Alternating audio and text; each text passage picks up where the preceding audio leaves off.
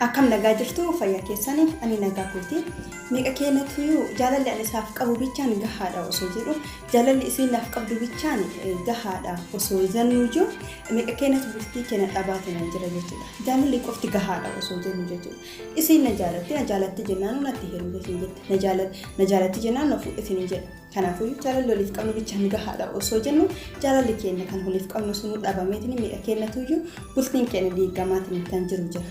Ashi jireenya jaalalaa keessatti jaalalli parsantii 100 keessaa 25 qofa barbaachisa. Kana yeroo isin jedheetiin jedhu waa baay'eetu barbaachisa. Jireenya jaalalaa keessatti parsantiin hafeetiin jedhe 75 maal isinitti himu tokkoffaa jireenya jaalalaa keessatti kabajaa yoo hin jirre jaalalli akka hin jirretti lakkaaya.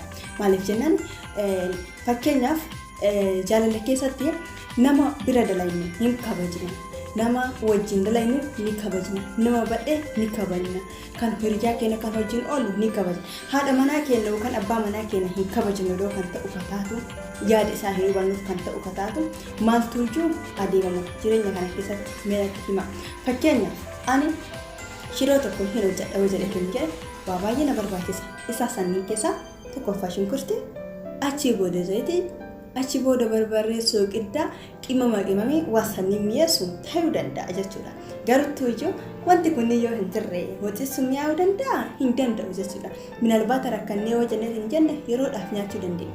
Garuu yeroo mara wanti kunniin shiroo soqidda hin qabne zayitii hin qabne barbaree hin qabne qimama qimamee hin qabne yeroo mara hin nyaadha jettee sin jette sisalacha'u hin jibbitu deemtee ani isa san nyaachuu naamannaa qooqa kan koo yookaan himootii osoo nyaateen oolee bulunaa wayya abboo jechuun dandeettu eeyyeen ni jenna kanaafuu jaalalli waliif yaaduun keessa hin jirre jaalalli waliif wal kabajuun keessa hin jirre jaalalli wal dhageeffachuun yaada wal jijjiiruun jaalalli kaayyoon keessa hin jirre waliif beekuun keessa hin jirre booddeen isaa akkuma hoxisuu gidda malee fi wanta ulaagaalee isaaf guutamuu qabu kanneen hir'ateetiin dalagameetiin jedhe kanatti isi salacha'u yookaan hifachuun keessan hin oolu. Gaafa hifatameetiin jedhe garuttuu iyyuu bultiin keessan gara diiguutti deemama jechuudha. Guyyaa wal fuutan minaalbaata sargiidhaan gammachuudhaan ta'uu danda'a. Gammachuudhaan garuttuu iyyuu gaafa hiikamu himootu iyyuu fichiidhaan yookaan himootu iyyuu wal hiikuudhaan azaniidhaan gaddaan dhuma jechuudha.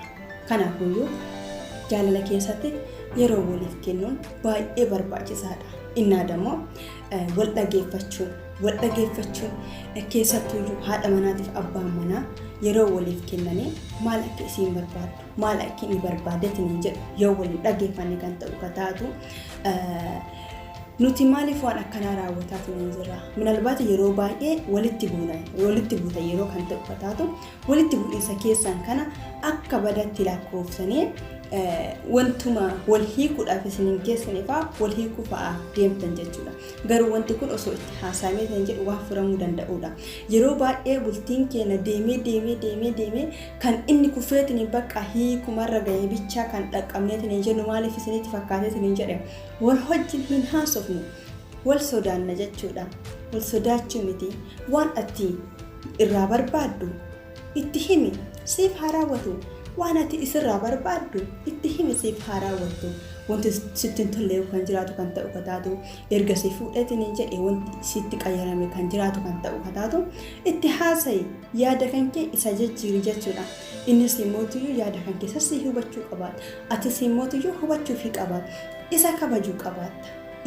Atillee isii kabajuudha qabaata jechuudha. Kanaafuu jaalalli qofti gahaa miti jechuudha. Waliif beekuun illee barbaachisaadha.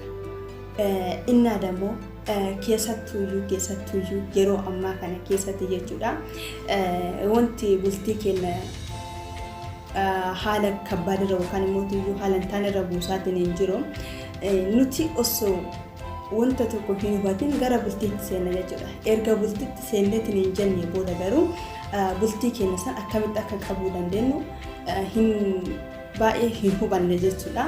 Minalbaata osoo walitti hin haasa'in waan wal jaalatan qofaadhaaf osoo amala waliitu hin hubatin nama baay'eetu jira kan bultii keessa wal hojii seenee erga sanii booda himootuyyuu hadha wal fuudhanii torbaanitti wal hiikuu kan jedhamu sun jechuudha maqaa baafachuu.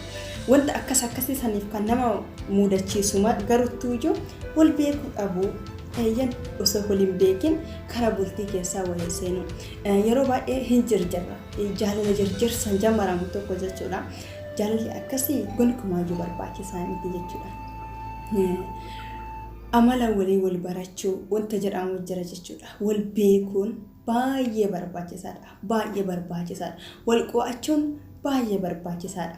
Garuu wal fuudhuu wanta jedhame qofaa fi fuudhaniitiin erga jedhaniif bultiin bultii ta'uu hin dandeettu. Kanaafuu iyyuu hin dagatinaa bultii keenna akka har'a ijaarannetti boruu hin mootuyyuu karaa hin taane nu harkaa goreetiin wanti gammachuun jammarameetiin jedhe akka gaddaan nu harkaa hin xumuramnee fi majammaraa yoo waan tokko jammarreetiin jedhu yoo jaalala kenna jammarru yaannee jammaruun barbaachisaadha. Inni adamoo wal kabajuun waliif yaaduun wal tuffachuu dhabuun kiyyatu ta'aa fi kan kee hin ta'u kootu ta'an barbaachisaa miti. Lulachuuyyuu yookaan isin lachuuyyuu yaada keessan waliif hubattanii hojii jiraachuun barbaachisaadha. Wal dhageeffachuunis akkasumas barbaachisaadha. Kanaafuyyuu warra bultiin isaanii kan har'a ijaaramee boruu diigamu rabbiin isin hin taasisin isin jedha. Hanga viidiyoo biraatiin walitti deebinutti nagaan naa tura. Hin dagatinaa bultii keessatti jaalalli qofti gahaa kan ta'in waa baay'ee barbaachisaa. Gabaabsa isiniif hima jechuudha. Shiroo irratti. Kanaafuyyuu shiroo sun hin mootu yoo wanti kaase waa baay'ee of keessaa qabdi jechuudha. Anillee nyaachuu hin danda'u. Shiroo hin mi'oofne jechuudha. Kan soogidda hin qabne kan zayitii hin qabne. Kanaafuyyuu jaalala keessattis akkasuma. Fakkeenyaaf salaata fudhadhaa. Salaata fudhatanii jedha. Salaanni udu'a hin qabne ni fudhatama. Hin fudhatamu jechuudha. Jaalalli kabajaa waliif beekuun waliif yaaduun wanta ati beektu yookaan immoo wanta ani beeku walirraa qoodamuu dhabuu yoo dhiisneetiin immoo wal tuffanneetiin ati maal takkaa hin dandeettu abboo kan kooti ta'a kan kee hin ta'uun yoo jenneetiin jenne yoo ulaagaalee isaa hin guutin wanti martuyyuu ta'uu hin danda'u. Kanaafuyyuu nagaan naa tura. Waliif haa yaadnu yeroo maraa bultii kennaa haa qabannu. Keessattuyyuu bultiin tokkoffaa ijaarameetiin jedhame baay'ee nama gammachiisa kan waan mara keessatti baratanidha jechuudha. Kanaafuyyuu bultii kan hiikanii deebi'anii heerumanirra kama tokkoffaa san jabeeffachuun baay'ee barbaachisaadha. Hin dagatinaa bultii keessan jabeessaa.